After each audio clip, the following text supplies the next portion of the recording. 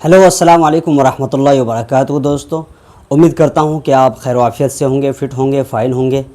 तो दोस्तों, स्वागत है आपका, वेलकम करते हैं, खैर मकदम करते हैं आज के इस वंडरफुल क्लास में।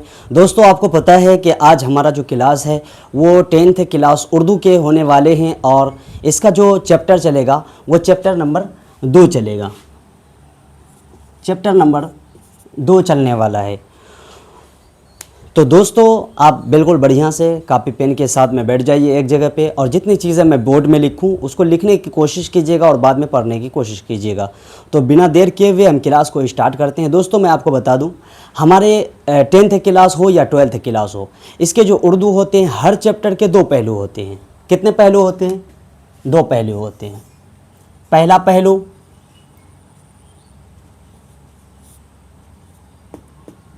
मुसन्निफ़ का होता है। पहला पहलू किसका होता है? मुसन्निफ़ का होता है। अब मुसन्निफ़ क्या है? मुसन्निफ़ कहते हैं राइटर को, यानी लेखक को।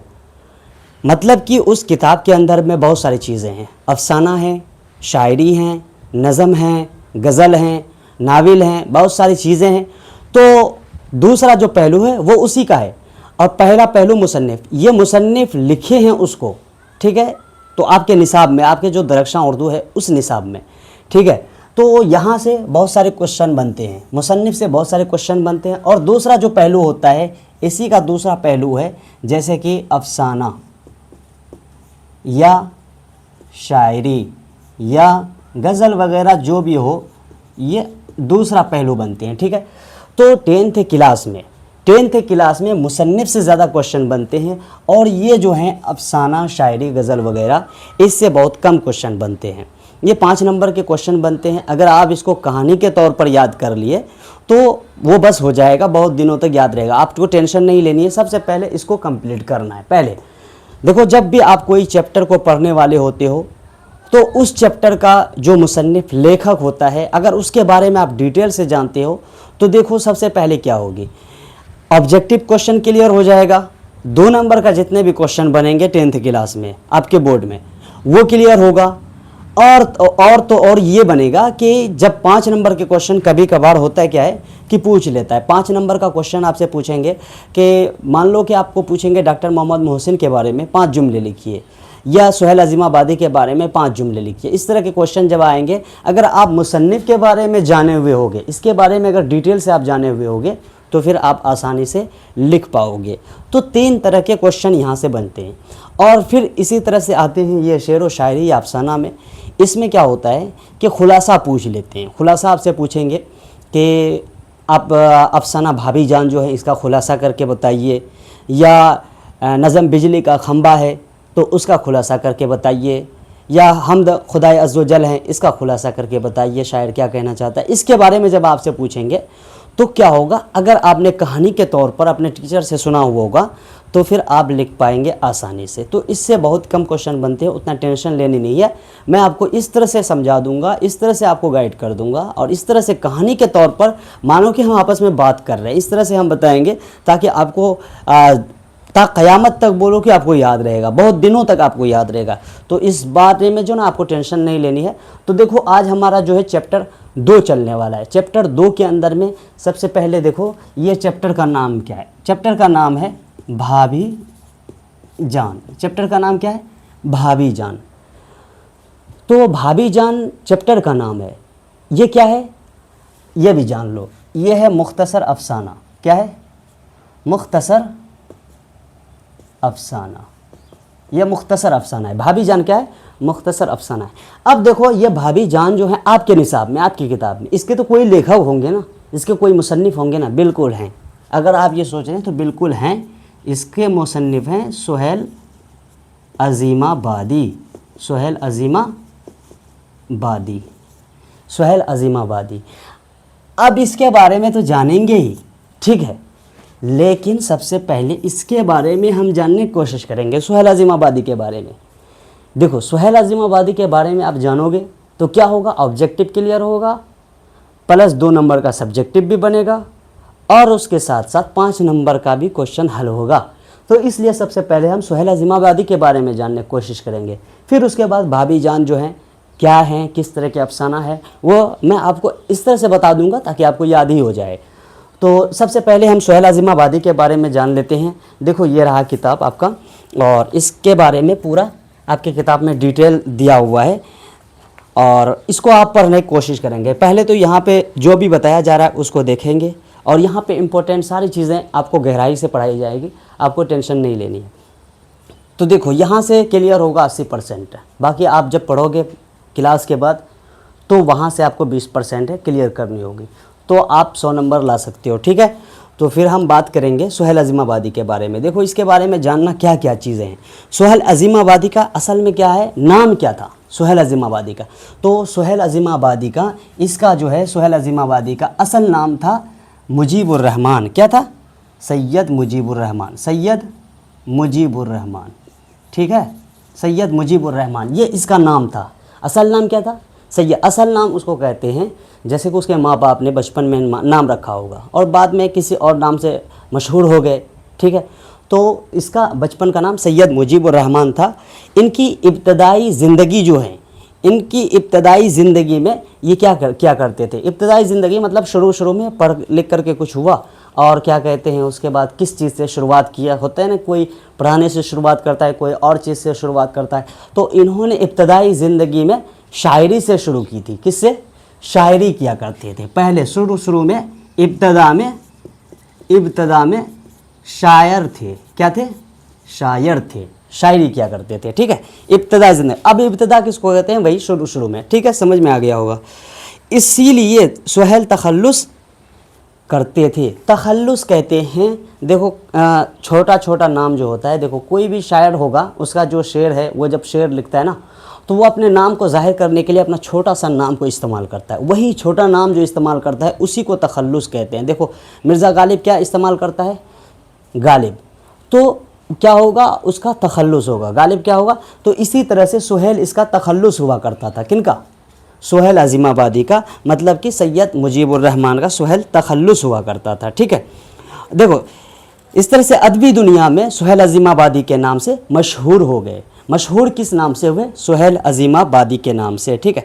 सुहेल अज़ीमाबादी की पैदाइश, देखो बच्चों ये सबसे इम्पोर्टेंट है। पैदाइश जो है ना ये बहुत इम्पोर्टेंट है, हर चैप्टर के हर राइटर ये बहुत ज़्यादा पूछते हैं। पैदाइश कब हुई थी?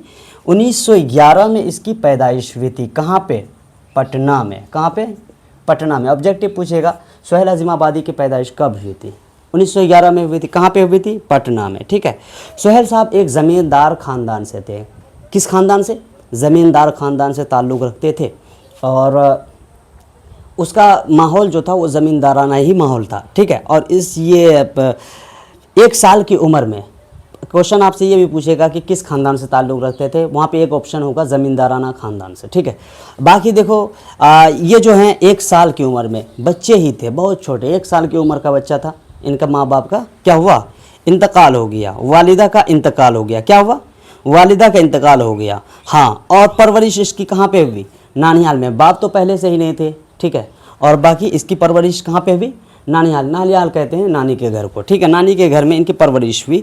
किसके सरपरस्ती में? एक मुअल्लिम के सरपरस्ती में। आपसे क्वेश्चन पूछेगा सुहेल अज़ीमाबादी की परवरिश कहाँ पे हुई, तो आप बताओगे नानिहाल में। किसके ज़ेरे सरपरस्ती? एक मुअल्लिम की सरपरस्ती में, ठीक है। वही इब्तदाई तालीम व तरबियत हासिल हुई। इब्तदा की शुरू जैसे होता है ना क ख वाला, अलिफ बा ता वाला, वो सारी जो है तालीम वो कहाँ पे हासिल की है? नानिहाल में एक मुअल्लिम की सरपरस्ती में हासिल किए, ठीक है। वैसे इनका आबाई वतन शाहपुर भदोल है। देखो आबाई वतन कहते हैं किसको? दादा के घर को। आबाई जहाँ पे पैदाइश हुई, ठीक है, जहाँ पे उनके दादा परदादा की पैदाइश हुई, उनकी पैदाइश हुई, उसको आबाई वतन कहते हैं। तो उनका जो आबाई वतन था वो शाहपुर भदोल था। वो भी कहाँ पे है? पटना ज़िला में ही वाक़ हैं, ठीक है। आला तालीम, अब देखो जिसके माँ बाप ना हो वो आला तालीम कहाँ से हासिल कर पाएगा? आला तालीम हासिल नहीं कर पाए। मुजफ्फ़रपुर हैदराबाद जैसे शहर गए लेकिन आला तालीम हासिल नहीं कर पाए क्योंकि घर का कंडीशन ख़राब चल रहा था, ठीक है। फिर इसी तरह से आते हैं जब सुहेल अज़ीमाबादी थोड़ा आगे बढ़ा तो शायरी को छोड़कर, पहले तो शुरू में शायरी किया करते थे, इब्तदा में शायरी, लेकिन शायरी को छोड़ करके उन्होंने अफसाना निगारी शुरू कर दी। अफसाना कहते हैं किसको? अफसाना कहते हैं मतलब कहानी को। कहानी को अफसाना कहते हैं। तो अफसाना निगारी की तरफ माइल हो गए, फिर पीछे मुड़कर नहीं देखा, फिर पीछे नहीं देखा कि हम कहाँ से आए और क्या किए, हमारा हालात क्या था, वो सारी चीज़ें को, वो उन सारी चीज़ों को क्या किए, ये भुला दिए। ठीक है। सुहेल अजीम आबादी ऑल इंडिया रेडियो में, ऑल इंडिया रेडियो में मुलाजिमत क्या करते थे। सुहेल अजीम आबादी मुलाजिमत, यहाँ पे लिख लो मुलाजिमत, ऑल इंडिया रेडियो में, ऑल इंडिया रेडियो में, ऑल इंडिया रेडियो में शुरू में ये मुलाजिमत की है। ठीक है। इस सिलसिले में दिल्ली में भी रहे, फिर तबादला, इस सिलसिले में ऑल इंडिया रेडियो में जब ये मुलाजिमत करते थे, इसी सिलसिले में दिल्ली गए, दिल्ली से फिर तबादला कहाँ हुआ, श्रीनगर कश्मीर हो गया, फिर वापस आए कहाँ, पटना चले आए। तबादला कहते हैं एक जगह से दूसरी जगह ट्रांसफ़र होना। ठीक है। तो दिल्ली से ट्रांसफ़र कहाँ हुए, श्रीनगर कश्मीर, फिर वापस कहाँ आए, पटना, फिर मुलाजमत से क्या दिया, इस्तीफ़ा दे दिया। इससे पहले सहाफ़त में भी मसरूफ़ रहे, इससे पहले ये सारी चीज़ों से पहले, अफसाना निगारी से पहले वो क्या करते थे, सहाफ़त में भी मसरूफ़ रहे। सहाफ़त कहते हैं ये रिपोर्टर जो होता है, जो पहले के ज़माने में, अभी भी न्यूज़ जो छापते हैं ना, हाँ, वो जो पेपर छापते हैं उसी को सहाफ़त कहते हैं। रिपोर्टर को आप समझ लो इतना कि रिपोर्टर को सहाफ़त कहते हैं। ठीक है। तो ये सहाफ़त भी क्या करते थे, और एक रिसाला भी निकाले, एक रोज़नामा, रोज़ के अखबार निकाले, रोज़ उसका अखबार शाये होता था जिसका नाम था साथी, जिसका नाम क्या था, साथी, और इसका इजरा किया, मतलब शाये किया। ठीक है, लोगों में। सुहेल अजीम आबादी ज़िंदगी भर उर्दू की तरवीज व अशात में मसरूफ़ रहे, चुनांचे उन्होंने छोटा नागपुर के इलाके में 5-7 बरसों तक उर्दू की तरवीज व अशात का काम किया। ज़मींदाराना माहौल में रहे। अब इनका जो ज़मींदाराना माहौल से जो इनका ताल्लुक़ था, छोटा नागपुर के क़याम पज़ीर ने अफसानों के मौज़ूआत मुतय्यन कर दिए। अब देखो, जिस समाज में आप रहते हैं, उस समाज में जब आप बुराई देखते हैं और आप उस लायक होते हैं, आपके दिल में दर्द है किसी समाज के मुताबिक, तो फिर क्या होता है, वही आपका मौजू बन जाता है। तो सुहेल अजीम आबादी तो पहले से ही ज़मींदाराना ख़ानदान से थे, बचपन से ही देखा करते थे कि छोटों के साथ, मतलब कमज़ोर तबकों के साथ किस तरह के पेश आते हैं, ज़मींदाराना ख़ानदान जो अमीर होते हैं वो किस तरह से पेश आते हैं, ये सारा चीज़ उनका नज़रिया देखा हुआ था, वो खुद देखे हुए थे।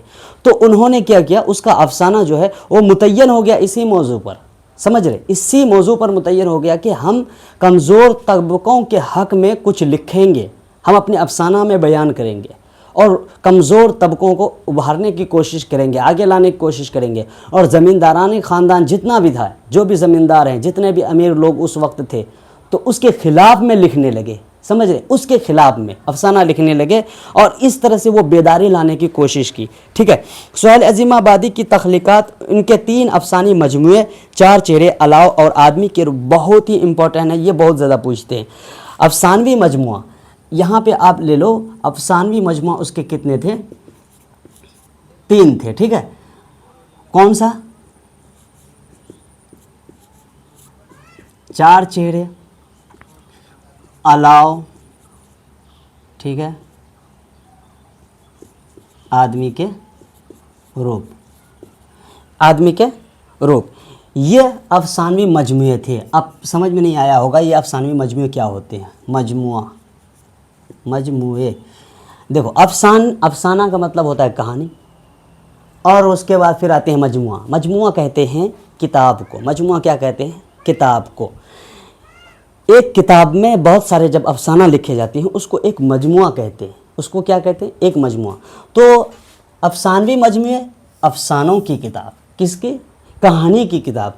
तो 3 कहानी की किताब लिखे, जिसमें से 4 चेहरे, अलाव, आदमी के रूप, इनके नाम हैं। और ये पूछते हैं आपको क्वेश्चन में पूछ लेगा 2 नंबर के क्वेश्चन में पूछेगा कि सुहेल अजीम आबादी के 2 अफसानवी मजमुओं का नाम बताइए, तो आपको लिखना पड़ेगा 4 चेहरे, अलाव लिख दो या आदमी के रूप, जो भी लिखना चाहो आप वो लिख सकते हो। फिर और एक नाविल, बेजड़ के पौधे, एक नाविल भी शाये हुआ। नाविल कौन सा था, नाविल हम समझेंगे किसको कहते हैं, नाविल, बेजड़ के पौधे, बेजड़ के पौधे, ये नाविल था उनका, किनका, सुहेल अजीम आबादी का। नाविल कहते हैं दोस्तों किसको, अभी नाविल तो बहुत कम लिखा जाता है, नाविल बहुत बड़ी कहानी होती है, समझ रहे हो। पहले के ज़माने में नावल लिखा जाता था, लोग पढ़ने में इंटरेस्टेड होते थे। आज के ज़माने में अगर मैं नावल की बात करूं तो समझ लो कि सीरियल, अगर आपने कोई सीरियल देखा होगा तो आपको पता हो नावल में क्या होता है, दिलचस्पी बहुत ज़्यादा होती है।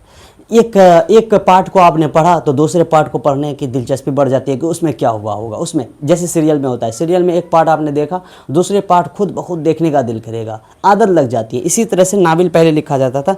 आज ये सीरियल वालों जो ना नावल की ये सारी चीज़ें ख़त्म कर दी हैं। अब देखो नावल, ये बेजड़ के पौधे, ये बार बार पूछते हैं ऑब्जेक्टिव में, सुहेल अज़ीमाबादी के नावल का नाम बताइए, तो ये बेजड़ के पौधे, इसको याद रखना है। जितनी चीज़ें मैं लिखा हूँ ये याद रखने की चीज़ें हैं, समझ रहे हो नहीं, बहुत इंपॉर्टेंट है। इन मजमों के अलावा सुहेल अज़ीमाबादी के अफसानों की तादाद 125 तक पहुँचती है। देखो क्या कहते हैं, इन मजमुओं के अलावा, ये जो 3 मजमुआ हैं, इनके अलावा ये 4 नावल को लेकर के 4, इनके अलावा सुहेल अज़ीमाबादी के अफसानों की जो तादाद है ना, अफसाना जो लिखे हैं 125 तक जाता है। 100 अफसानों की तादाद लिख दो इधर, अफसानों की तादाद 125 तक जाते हैं। आप बताओ 125, वो सारे को छोड़ करके 125 अफसाना इन्होंने लिखा है। और पता ही है किस मौजू पे लिखा करते थे, कमज़ोर तबकों के, मतलब इसमें उसको उभारने के लिए कमज़ोर तबकों के हक़ में लिखा करते थे। और बाकी क्या कहते हैं, कमज़ोर तबकों, ज़मींदार ख़ानदान के जो अमीर लोग हैं उनके ख़िलाफ़ में लिखा करते थे, ठीक है। और 1980 में सुहेल अज़ीमाबादी साहब का क्या हो गया, इंतकाल हो गया। पैदाइश, इंतकाल, कहाँ पैदा हुए, ये सारी चीज़ें याद रखना आपको बहुत ही ज़रूरी है। 1980 में इंतकाल हो गया, 1980 में इंतकाल हो गया 1980 में। देखो दोस्तों, इसमें याद रखने की बहुत ज़रूरी चीज़ है, असल नाम क्या था, सैयद मुजीबुर रहमान, ये सारी चीज़ें। असल नाम क्या था, सैयद मुजीबुर रहमान। आपको क्वेश्चन पूछेगा कि ज़ेर निसाब अफसानों में सुहेल अज़ीमाबादी की कौन से अफसाना है, तो आपको बताना है भाभी जान। कौन सा, भाभी जान। सुहेल अज़ीमाबादी कब पैदा हुए, 1911 में। कहाँ पैदा हुए, पटना में। ये चीज़ें इनके, मतलब वालिदा का इंतकाल कब हुआ, 1 साल की उम्र था इनका, तो इनके वालिदा का इंतकाल हो गया। मुलाजिमत का आगाज़ किस चीज़ से किया था, ऑल इंडिया रेडियो, इसी में मुलाजिमत ही किए और दूसरी चीज़ों में ये नहीं गए, ठीक है। ऑल इंडिया रेडियो में मुलाजिमत किए। सबसे पहले कहाँ गए, दिल्ली में। दिल्ली में मुलाजिमत करने के बाद फिर इसका क्या हुआ, ट्रांसफ़र होकर के फिर श्रीनगर कश्मीर चले गए, फिर वहाँ से पटना वापस आए। पटना वापस आने के बाद फिर इनका क्या हुआ, इंतकाल, इस्तीफ़ा दे दिए। इस्तीफ़ा देने के बाद फिर क्या हुआ, देखो अब ये भी आया है कि सहाफ़त भी क्या करते थे इससे पहले। अब सहाफ़त क्या करते थे, सहाफ़त वही रिपोर्टिंग किया करते थे। सहाफ़त में एक रिसाले निकाले, रोज़नामा अखबार जो शाये किया करते थे, ये उसका नाम था साथी। क्या था, साथी था अखबार का नाम, रोज़नामा अखबार, इधर लिख लो, रोज़नामा अखबार, साथी था। कौन सा था, साथी था। इसका इजरा किया, मतलब शाये किया, ठीक है। फिर उसके बाद देखो सुहेल अज़ीमाबादी इसी में मसरूफ़ रहे, पढ़ने पढ़ाने में, समझ रहे हो। उर्दू में बहुत महारत हासिल किए इन्होंने 5-7 वर्षों तक। ज़मींदाराना माहौल से ताल्लुक़ रखते थे, तो इन्होंने देखा लोग, ज़मींदार जो लोग होते हैं, जो अमीर लोग होते हैं, गरीबों पर किस तरह अत्याचार करते हैं, किस तरह से पेश आते हैं, कैसे हिकारत की नज़र से देखते हैं, वो सारी चीज़ों को इनके आँख ने देखा। और देखो जैसे इसे भीमराव अम्बेडकर किस ख़ानदान से, किस जाति से ताल्लुक़ रखते थे, कहाँ से उठ कर के कहाँ क्या किए। इसी तरह से सुहेल अज़ीमाबादी, वो देखे उसके घर, सुहेल अज़ीमाबादी के घर के हालात तो ठीक थे, लेकिन वो अपने खिलाफ़ लिखना शुरू किया अफसाना, समझ रहे, और कमज़ोर तबकों के हक़ में लिखना शुरू किए। फिर इसी तरह से जहाँ तक हुआ उनसे वो किए, अपने लिखाई से, अपना अफसाना से, ठीक है, कोशिश किए बदलने की। बाकी फिर देखो उनके मजमुए आ जाते हैं, कितने मजमुए लिखे। अफसाने में मजमुए 3 ठो लिखे हैं, जैसे कि 4 चेहरे अलाव, आदमी के रूप। फिर एक नावल भी लिखे हैं जिसको बेजड़ के पौधे के नाम से जानते हैं। और इसके अलावा 125 अफसानों की तादाद पहुंचते हैं, ठीक है। अफसाना 125 अफसाना लिखे हैं। फिर इनका इंतकाल हो गया 1980 में, इंतकाल हो गया। और एक रोज़नामा अखबार साथी भी निकाला था, वो भी याद रखेंगे। तो उम्मीद करता हूँ कि यहाँ तक आपको बहुत अच्छा से समझ में आया होगा। और देखो ये है आपका क्या, इसके डिटेल। अगर ये डिटेल बताओ, इतनी चीज़ें अगर आपको आ जाएं तो फिर आप 5 नंबर का क्वेश्चन नहीं बना लोगे। अगर आपको पूछ ले सुहेल अज़ीमाबादी के बारे में आप क्या जानते हैं, 5 जुमलों में लिखिए, तो नहीं लिख पाओगे। ये 5 जुमले के आप 50 जुमलों में लिख सकते हो, ठीक है, अगर इतना जान लिए तो। बस इसको क्या करना है, याद रखना है। याद कैसे रखना है, देखो यहाँ पे जो पढ़ाया जाए बच्चों यहाँ से पढ़ लो, उससे दिक्कत नहीं है। फिर क्या करना है, बाद में फिर पढ़ना, आपके किताब में दिए हुए हैं, उसके बारे में डिटेल से 2-3 मरतबा जब आप पढ़ोगे, उम्मीद है कि आ जाएगा आपको, ठीक है, धीरे धीरे। और बाकी अब फिर हम आते हैं अफसाना की तरफ। सुहेल अज़ीमाबादी बहुत ही इंटरेस्टिंग अफसाना, इसको जब आप समझेंगे तो बहुत बढ़िया लगेगा।